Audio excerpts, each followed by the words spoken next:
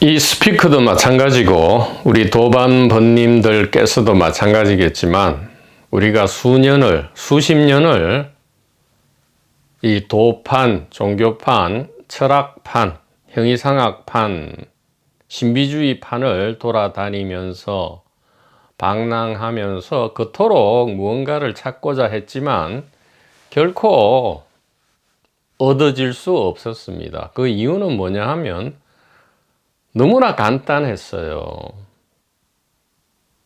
우리한테 없는 거니까 찾으려 했던 거죠. 우리한테 없는 것인 줄 알고,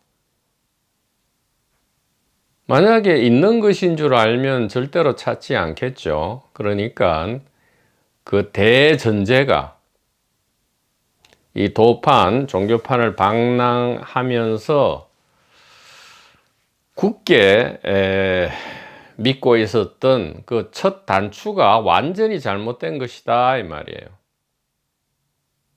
이것은 없는 것을 찾는 것이 아니다 이 말이죠. 놀랍게도 있는 것을 어떻게 해석하느냐, 달리 말하면 있는 것을 있는 대로 어떻게 볼 수 있느냐, 진실과 지혜의 안목으로 볼 수 있느냐 없느냐의 문제였을 뿐이지 없는 것을 찾는 게 아니었다 이 말이에요. 그러니까 몇 년 몇십 년 돌아다니면서 뭔가 얻었고 새로운 것이 된 것 같지만 금방 사라지더라 이 말이에요.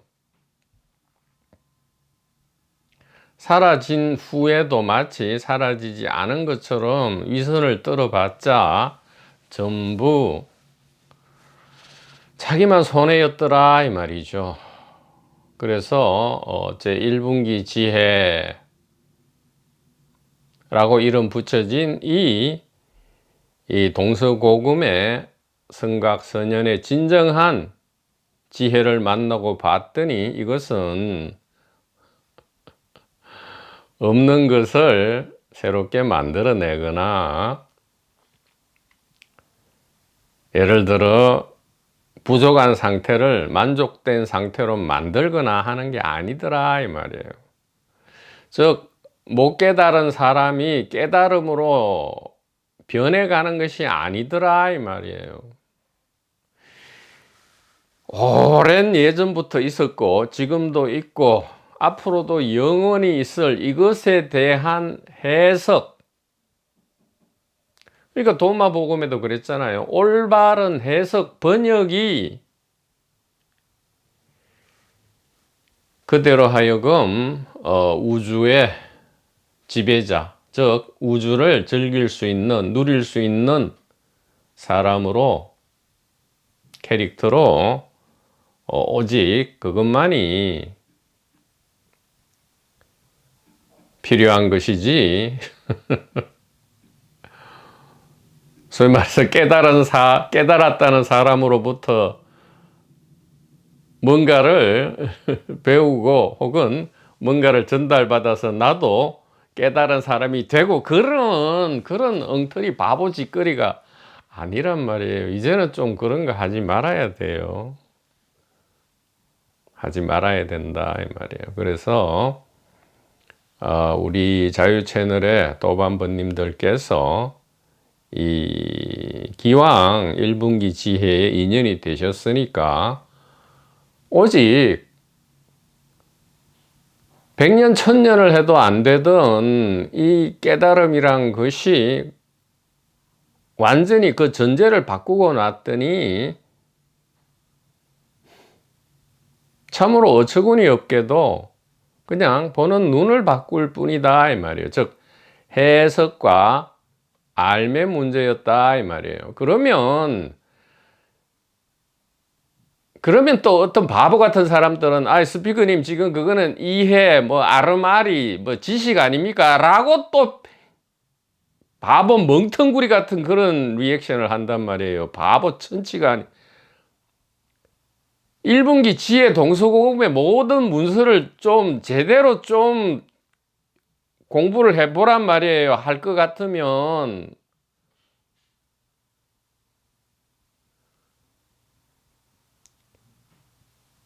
지견이라 했잖아요. 아는 만큼 보이는 거예요. 그러니까 올바른 해석과 믿음은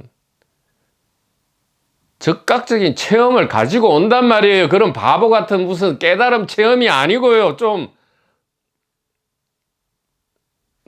참.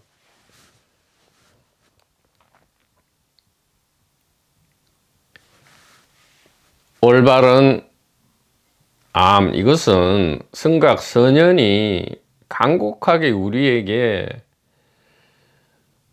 그냥 내버려둬도 되지만 우리가 이 고통과 공포가 이제 더 이상 이런 테마가 싫다, 이제 자유와 뭔가 즐거움을 누리고 싶다 했기 때문에 알려주신 거란 말이에요. 간단하게 이렇게 포인팅, 가리킴을 해 주셨고요. 여기에 대한 귀열림, 이해가 있으면 여기에 따라서 즉각적인 삶과 죽음의 혁명적인 경험 변화가 온단 말이에요. 체험을 해서 깨닫는 게 아니고요. 이미 있는 것을 어떻게 이해하느냐, 해석하느냐가 올바르게 딱 정립되면 그 뒤에 즉각적인 효과가 나타난다 이 말이에요. 삶이 자유롭고 경쾌하고요. 즐거움과 기쁨과 사랑으로 시작되게 된단 말이에요. 비록 슬픔과 괴로움과 두려움에 잔상, 인상이 있을지라도 그렇다 이 말이에요. 자, 그러면 무엇이 이 우리로 하여금 즉각적인 생사에 있어서의 효과를 나타나게 하는 1분기 지혜인가? 1분기 지혜라고 해서 길게 얘기할 필요가 없단 말이에요. 이거는 그냥 있는 거를 가리키는 거라서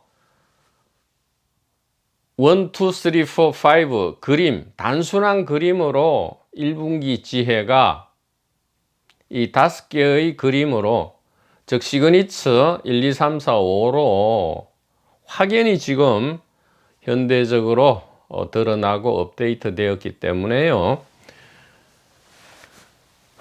즉각적인 깨달음뿐만 아니라 그건 너무 기본값이고요. 즉각적인 생사에 있어서의 효과를 진심으로 원하는 도반님이 계시다면 그 1분기 지혜 1, 2, 3, 4, 5 그림을 잘 관찰하시고 이와 관련된 강의 영상 아마도 10개 내지 20개 정도로 충분할 겁니다. 물론 이 길이 생소하다면 수심결부터 천천히 보시는 게 좋기는 하겠지만요. 특히 그 중에서 이 1분기 지혜 1, 2, 3, 4, 5 관련 영상 한 20개 내외를 착함과 초심으로 보신다면 즉각 생사에서 해방되리라 이렇게 말씀드릴게요. 생사에서 즉각 해방되어서 삶도 온전히 누리고요. 죽음도 온전히 누린다. 온전이라는 것은 이원성 중에 한쪽만 누리는 게 아니고요. 양쪽을 다 누린다 이 말이에요. 즉 못 깨달음도 누리고 깨달음도 누린단 말이에요. 1분기 지혜는 못 깨달음에서 깨달음으로 가는 게 아니고요. 깨닫든 못 깨닫든 이게 전부 사랑의 직접 자기 표현이기 때문에 이 지혜의 직접 드러남이기 때문에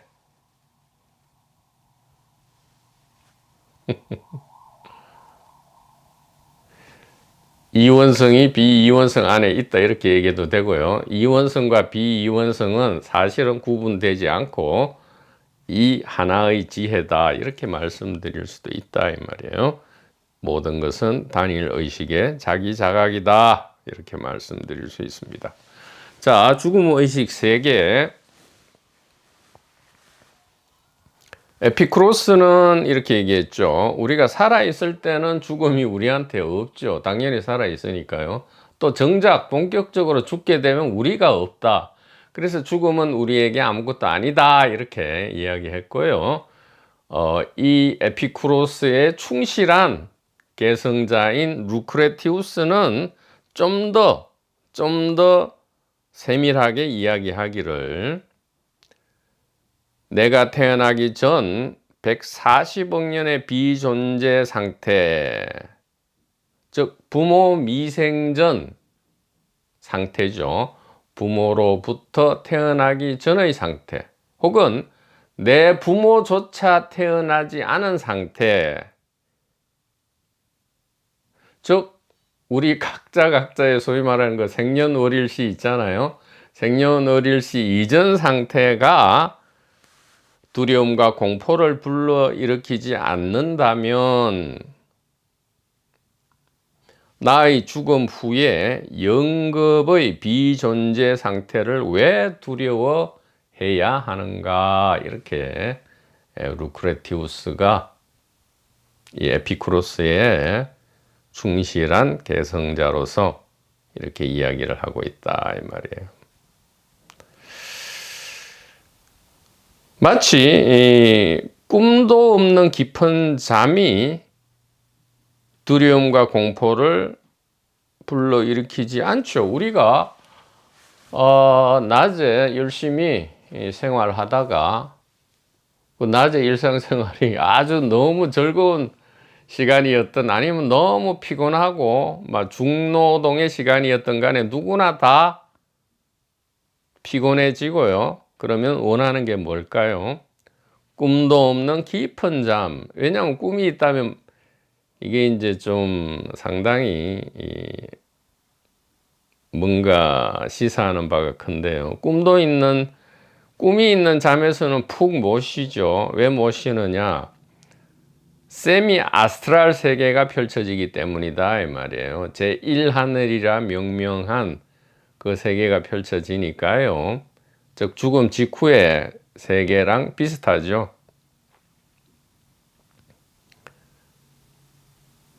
역시 이 아스트랄 자아와 아스트랄 세계가 드러나기 때문에 푹 못 쉰단 말이에요. 그래서 꿈도 없는 깊은 잠, 즉 나와 세계가 없을 때, 여기서 말하는 나와 세계는 그게 피지컬 자아든 아스트랄 자아든 멘탈 자아든 다 없는 걸 이야기해요.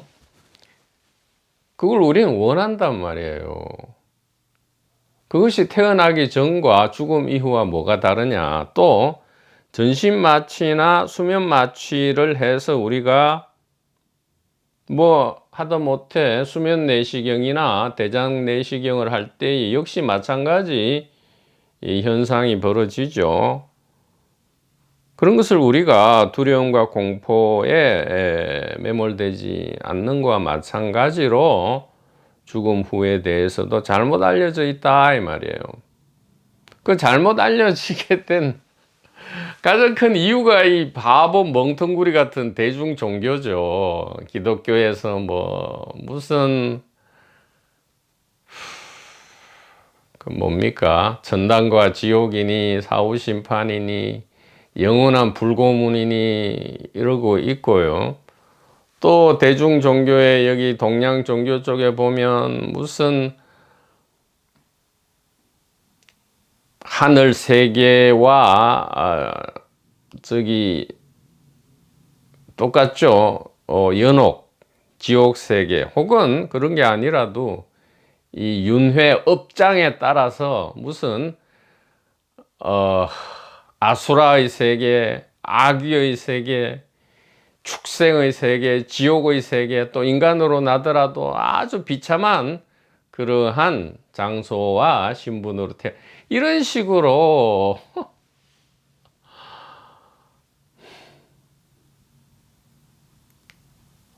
바보 엉터리 같은 그러한 프레임이죠. 이것은 정치 경제적인 비즈니스죠. 어떻게 보면 정치 경제적인, 그리고 종교적인 비즈니스에 우리가 많이 의도적으로 공포를 주려 하잖아요. 거기에 많이 속았을 뿐이다 이 말이죠.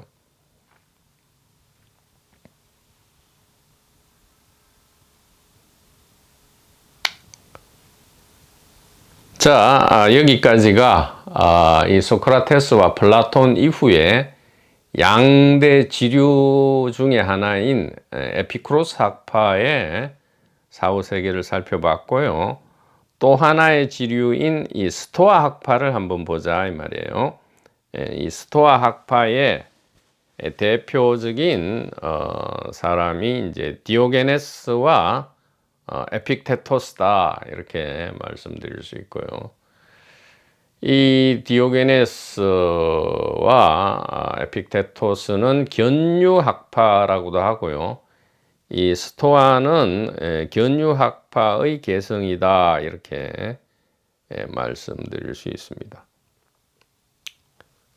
이 에픽테토스가 대표적인데 묘하게도 바울, 기독교의 사도 바울과 동시되고요. 이 스토아 학파의 특히 견유 학파의 여러 가지 이 사상이 소위 말하는 이 기독교, 그리스도교 말입니다. 그리스도교 사상에 상당히 많은 영향을 미쳤다 혹은 대거 유입되고 있다라고 말씀드릴 수가 있겠습니다. 그러니까 복음서에 지금 나타나고 있는 예수 그리스도의 캐릭터는 이 견유학파의 그 수많은 선생들과 거의 비슷하다 이 말이에요. 그 캐릭터가 거의 비슷하다 이렇게 말씀을 드릴 수 있습니다. 자, 이 에픽테토스가 대표하는 스토아 학파에서는 죽음을 어떻게 얘기하고 있느냐? 죽음은 내가 자유롭게 욕망하거나 회피할 수 있는, 그래서 고통과 근심 걱정을 미리 피할 수 있는 내 소유에 속하는 영역이 아니다 이 말이에요. 죽음은 자연으로서 정해진 것이다 이 말이에요. 일단 그 이유를 알든 모르든 차치하고 분명한 것은 무엇이냐? 죽음은 나의 관할 영역에 속하지 않는다 이 말이에요. 이 말은 뭐죠? 죽음에 대해서 뭔가를 하려고 하지 마라 이 말이에요. 뭔가를 할 필요가 없다 이 말이에요. 우리가 할 수 있는 분야를 해야지 할 수 없는 분야는 아예 하지 마라, 이것이 이 스토아 학파의 대표적인 사상이고요. 그래서 자유와 평안은 어디서 오느냐? 내가 어찌할 수 없는 거는 내버려 두고 무시하지도 말고 두려워하지도 말고 존경하지도 말고 그냥 let it be 하라 이 말이에요. 어찌할 수 없잖아요, 본래. 그 대표적인 게 뭡니까? 바로 다른 사람의 마음이죠. 우리가 겪는 가장 큰 고통 중에 하나가 다른 사람의 마음을 어찌하려 하는 거잖아요. 근데 이 글자 그대로 다른 사람의 마음은 그 사람에 속해 있지 우리가 어찌할 수 없는 거잖아요. 그걸 어찌하려고 한다는 것은 마치 일종의 범죄 행위죠. 최면을 건다거나 가스라이팅을 한다거나 사기를 친다거나 하려는 거지요. 예를 들어 마음대로 해서 다른 사람의 마음을 마음대로 내 마음대로 조작해서 나의 취향, 내가 원하는 대로 만들겠다. 이것은 자꾸 이렇게 뚜렷하게 생각하지 않을지라도 그런 욕망과 기대가 있기 때문에 우리의 이 인간관계에서 발생하는 대부분의 고통과 공포가 발생한다 이 말이에요. 그래서 여기 스토아 학파는 어떤 해결책을 제시하느냐. 그러므로 항상 지금 당장 내 소유에 속하고 내 자유에 속하는 것을 처리하고 경험하라 이 말이에요. 내 소유에 속하는 것은 그냥 내 소유가 아니니까 내비두라 이 말이에요. 내 소유가 아닌 분야에서 자유와 처리, 내 마음대로 처리하려 하는 것은 그거야말로 범죄잖아요. 내 소유가 아닌 것을 내 마음대로 하려 한다. 이것은 절도 강도라 하잖아요. 절도, 강도, 강요죄 등에 해당하잖아요.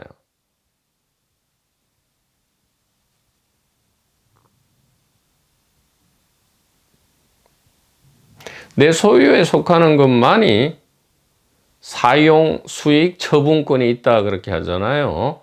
내가 사용할 수 있고 거기에서 어떤 수익, 이익을 얻을 수 있는 권리가 있고요. 또 마음대로 처분할 수 있다.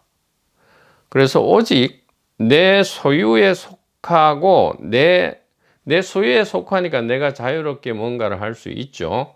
그것을 늘 가장 최선의 상태로 경험하라 이 말이에요.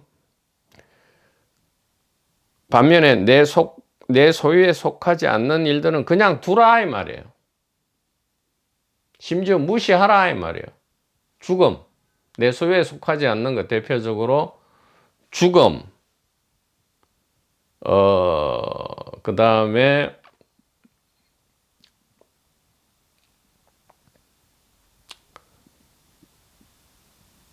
다른 사람의 마음, 다른 사람이 나를 좋아하게 하는 것. 내 소유, 내 마음대로 할 수 없잖아요. 명예라는 것은 소위 말해서 다른 사람들이 나를 좋아하고 뭐 어떻게 이렇게 자꾸 평균 이상으로 이 가치 부여를 하는 거잖아요. 이 명예, 내 마음대로 할 수 있는 게 아니라고요.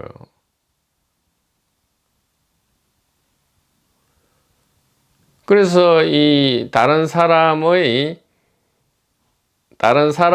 평가에 목을 매는 사람들은 상당히 이게 자기가 마음대로 할 수 없는 분야에서 뭔가 살아가고 있기 때문에, 예를 들어 연예인이라든가 정치인이라든가 이런 사람들은 어떻게 보면 지금 이 스토아 학파에 의하면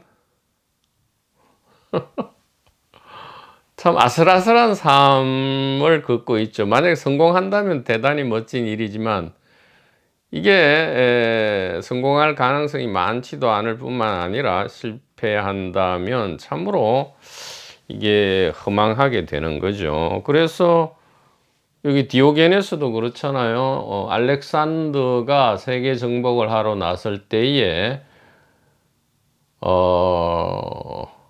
원하는 게 있으면 말해보라 했더니 햇빛 가리고 있지 말고 옆으로 비켜라 했잖아요. 예. 아마 속으로 지금 알렉산더 당신이 원하는 것은 성공한다면 멋지겠지만 그래도 큰 지금 여기에서 자유롭게 햇빛을 쬐는 것만 훨씬 나을까 이렇게 속으로 물었을지도 모릅니다. 아닌 게 아니라 전 세계를 정복하고 난 다음에 파티, 그 바빌론, 그 당시에 세계적인 대도시죠. 세계 최고의 도시 바빌론에 입성해서 파티를 벌이다가 술병으로 죽었다, 뭐 이런 말이 있죠. 그 뒤에 이제 부하장수 4명이 전 세계를 4개로 갈라서 통치하게 되는데요. 자, 그래서 죽음은 어떤 거냐? 지금 죽어야 한다면 자연스럽게 그냥 죽어라 이 말이에요. 자연스럽게 죽지 않은 사람이 아무도 없다 이 말이에요. 뭐 그게 사실 역사적 예수가 있다 쳐도 뭐 예수든 부처든 뭐 마하비라든 뭐 마하라지든 마하리시든 공자든 노자든 뭐 장자든 뭐 누구든 간에 대영웅이든 아니면 뭐 그냥 일개 범부든 간에 누구나 죽었다 이 말이에요. 그게 사고사든 뭐 병사든 아니면 행복한 죽음이든 다 자연의 죽음이죠. 모든 죽음은 자연의 죽음이다 이 말이에요. 그래서 자연스럽게 죽어라. 죽어야 한다면 자연스럽게 죽어라 이 말이에요. 그런데 지금 죽지 않아도 된다면 좋은 데 가서 멋진 점심을 먹어라 이 말이에요. 이게 스토아 학파의 참 멋진 결론이죠. 죽어야 한다면 자연스럽게 죽으면 된다 이 말이에요. 그런데 지금 당장 죽지 않아도 된다면 각자 자기 형편에 따라서 가장 멋진 데 가서 가장 멋지게 식사하라 이 말이에요. 쓸데없는 걱정하지 말고. 아니 걱정이 일어나더라도 그조차 자연스럽다라고 그냥 두라 이 말이에요. 그냥 무시하라 이 말이에요. 걱정이 올라와도 그냥 무시하라. 걱정아 왔니? 이렇게 하라 이 말이에요. 우리 1분기 지혜에서는 이것을 뭐라 합니까? 죽으면 죽으리라 그 또한 좋으리라 이렇게 하죠. 삶도 좋고 죽으면 더 좋다 이 말이에요. 삶도 좋고 죽으면 더 좋다 이 말이에요. 집으로 돌아가는 길이다 이 말이에요. 이 집 말이에요. 사실 열의 여거기 때문에 오고 가고가 없지만 이 오는 연극 가는 연극을 온전히 즐길 수 있다 이 말이에요. 멋지지 않습니까? 죽어야 한다면 어찌할 수 없으니까 자연스럽게 죽어라 이 말이죠. 근데 지금 당장 죽어도 되지 않는다면 가장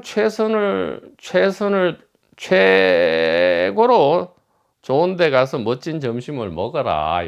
아이, 그게 뭐 5,000원짜리 점심이든 누가 돈이 많다면 100만 원 점심이든 각자 제일 좋은 데 가서 가장 멋진 점심을 먹어.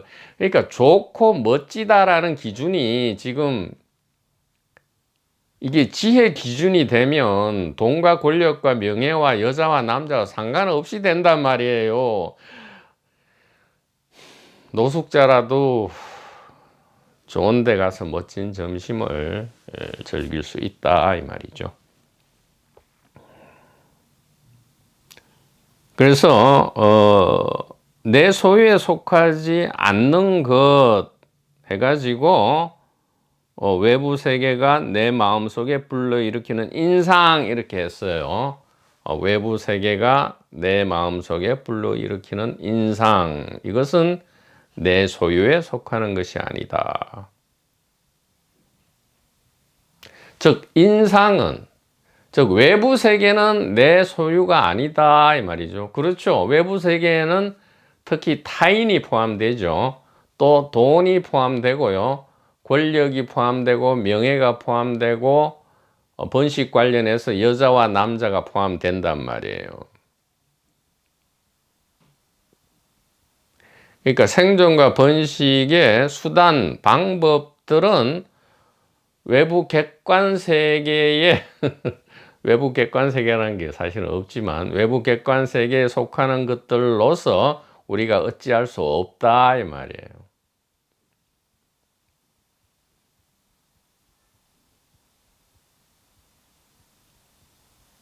여기에 대해서는 우리 소유에 속하는 게 아니니까요. 그렇다고 해서 다 포기하라는 게 아니에요.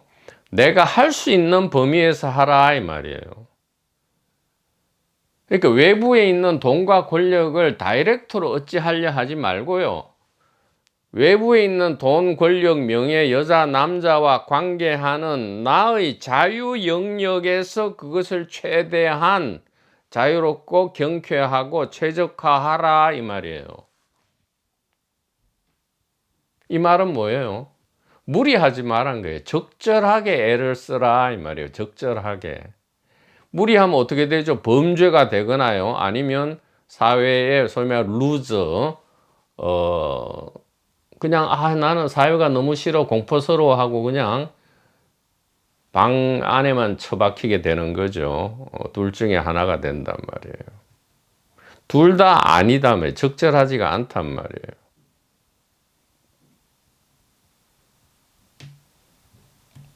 그래서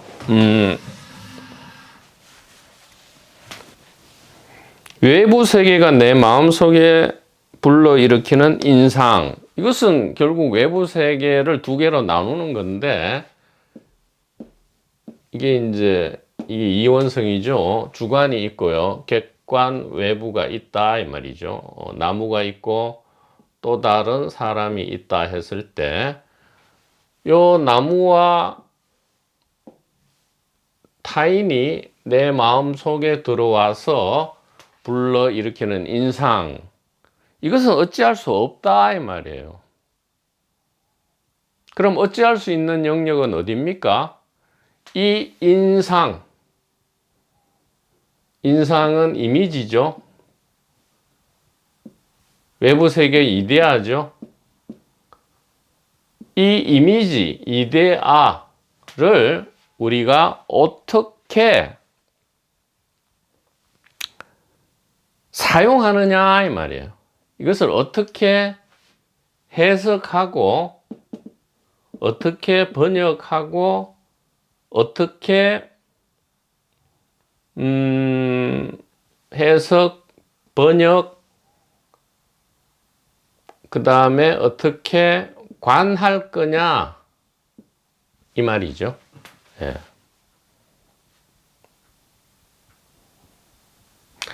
그러니까 외부 세계가 우리 마음에 불러일으키는 인상이라는 것은 좀 어렵게 적어놨는데, 그냥 쉽게 말하면 돈, 권력, 명예, 여자, 남자 이런 걸 뜻한단 말이에요. 인기. 그것은 우리가 어찌할 수 없다. 죽음도 마찬가지고요. 죽음도 지금 밖에서부터 온다 이렇게 지금 관념하는 거죠. 어떻게 할 수 없는 거니까. 이것은 어찌할 수 없다. 그대로 두고요. 우리가 마음대로 할 수 있는 것은 이 외부 세계의 인상에 대해서 우리가 어떻게 해석하고 번역하고 바라보고 사용할 것이냐. 이게 수용이죠. 수용. 어떻게 수용할 것이냐 이 말이에요. 첫째는 개인 대중적인 해석, 번역, 관, 수용이 있을 거고요. 두 번째는 1분기 지혜, 즉 1분기 지혜 1번부터 5번, 이것을 기준으로 해석, 번역, 관하고 수용할 거냐 이 얘기란 말이에요. 이것은 우리의 자유다 이 말이죠.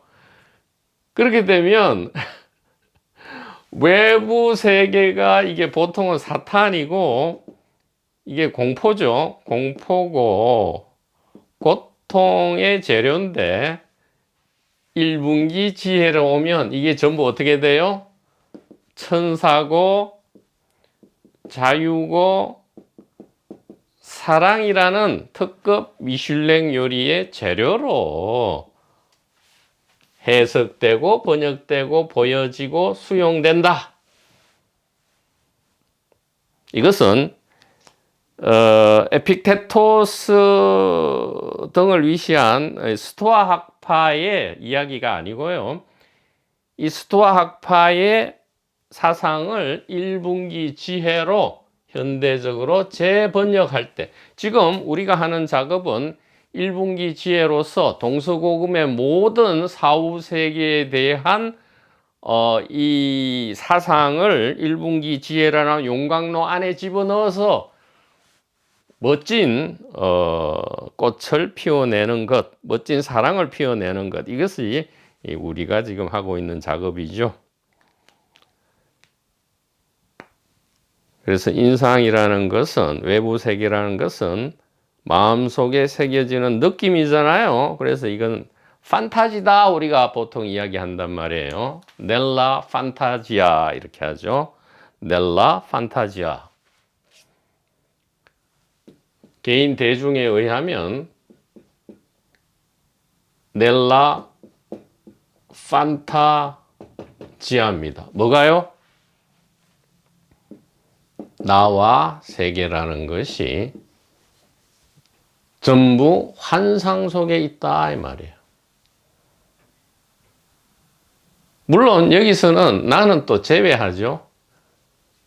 개인 대중들은 나는 진짜로 여기고요. 이 외부 세계라는 것은 밖에 있는 어떤 물체가 내 마음 안에 들어와서 어떤 주관적인 느낌, 즉 감각질이라 하죠. 감각질을 일으킨다. 그래서 외부 세계는 전부 판타지다, 환상이다. 그래서 전부 환상 속에 있다 이 말이에요. In the fantasy다 이 말이죠. In the fantasy. 그러면 이게 굉장히 무의미해지고요. 공포스러워지고요. 고통이 된다 이 말이에요. 무상이죠, 무상. 이 전부 환영이니까요. 환영인데 엄청난 사탄 마귀로서 공포로서 고통을 일으키는 환영이다 이 말이에요.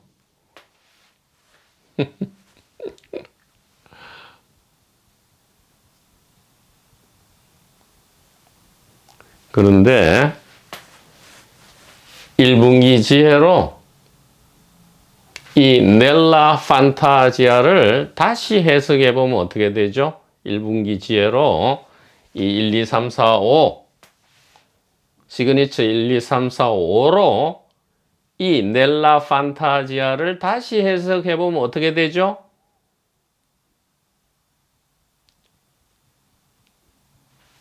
이 주관과 소위 말하는 객관, 타인도 객관이 되어버려요. 나 주관으로 오면 타인도 객관이 되어버리는데 이 전체가 주객으로 이원석으로 구분할 때는 이게 뭐예요? 판타지에 불과하고요. 무의미해지고 무가치해지기 때문에 판타지가 아닌 진짜를 향해서 그러니까 나도 버려야 되고 이걸 에고라 해서 에고도 버리고 외부 객관 세계도 버리고 다 버리고 어디 산으로 절로 가야 되는데 1분기 지혜에 의하면 이게 뭐예요? 나와 세계는 이렇게 있고요. 이것은 어디 안에 있었냐? 이 안에 있었다 이 말이에요. 이 안에 있었다 이 말이에요. 이 이원성이라는 사탄과 공포와 고통은 1분기 지혜로 해석해 봤더니 이 외부 객관 세계는 어찌할 수 없고 이것이 내 마음속에 들어와 있는데 이것을 올바르게 내 자유로운 영역에서 해석, 번역, 관, 수용을 하려고 아무리 해봤자 요 안에서는 잠시 되는 듯 하더니 예를 들어 뭐 있는 그대로 받아들이든가 뭐 육바라밀을 한다든가 뭐 그런 거 있잖아요. 뭐 무슨 거울 명상인지 뭐 하고 뭐 집어 던지기 뭐 온갖 짓을 다 해도 약간 되는 듯 하더니 결국은 안 된다 이 말이에요. 왜? 이원성 안에서 이것을 전제로 두고 비이원적인 뭔가를 얻으려 하면 될 리가 있겠어요? 그렇게 되지가 않죠. 없던 것을 만들어내는 게 아니고요. 이 내 소유가 아닌 거와 내 소유로 나눌 필요 없이 그렇게 나누는 것을 그대로 둔 채로 이것이 다 어디에 들어있다?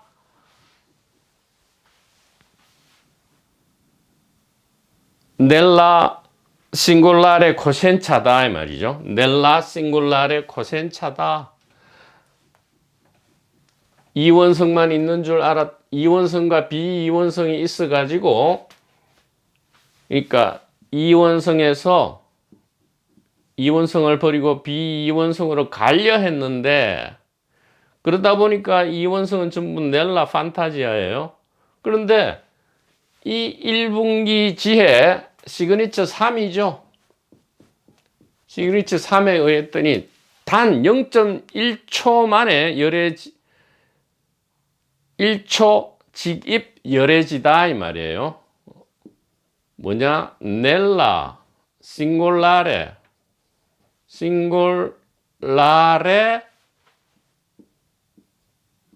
코시엔 차다 이 말이에요. 환상 속에 있는 게 아니고요. 단일 의식 안에 있었더라 이 말이죠. 넬라 싱골라레 코시엔 차. 이렇게 된단 말이에요. 그래서 이미 이 안에 있기 때문에 이걸 버리고 일로 갈 필요가 없다 이 말이에요. 언제부터 있었어요? 140억. 아니, 영원 이전부터 있었다 이 말이에요. 그래서 유식학에서 이름하여 이것을 8식, 7식, 6식이라 하고요. 이것을 5식이라 하는데, 이것이 이원성의 세계인데, 우리는 이 깨달음, 이 구경각이죠. 안욕따라 삼맥삼보리를 기본으로 우리는 깔고 그 위에 플러스 알파로서 이 오식 이원성의 이 안깨달음의 연극을 140억 년 동안 우리는 진하게 연습해 왔다 이 말이죠. 그러니까 우리가 원했던 건 이 안깨달음이다 이 말이에요. 안깨달음. 깨달음은 기본값이니까 깨달음은 그대로 깔고 있고, 이 안깨달음을 연습하기 위해서 우린 140억 년간 해왔다 이 말이에요. 이것이 진정으로 우리를 멈추게 하고요. 더 이상 방랑하지 않고 곧바로 상과 죽음에서 효과를 발휘하고 우리를 주변 사람, 그 누구든 주변 동물, 식물 모든 존재와 사랑으로 하나됨으로 인도하는 그러한 길이다. 이렇게 말씀을 드릴 수 있겠습니다. 도반, 번님, 여러분 대단히 감사합니다.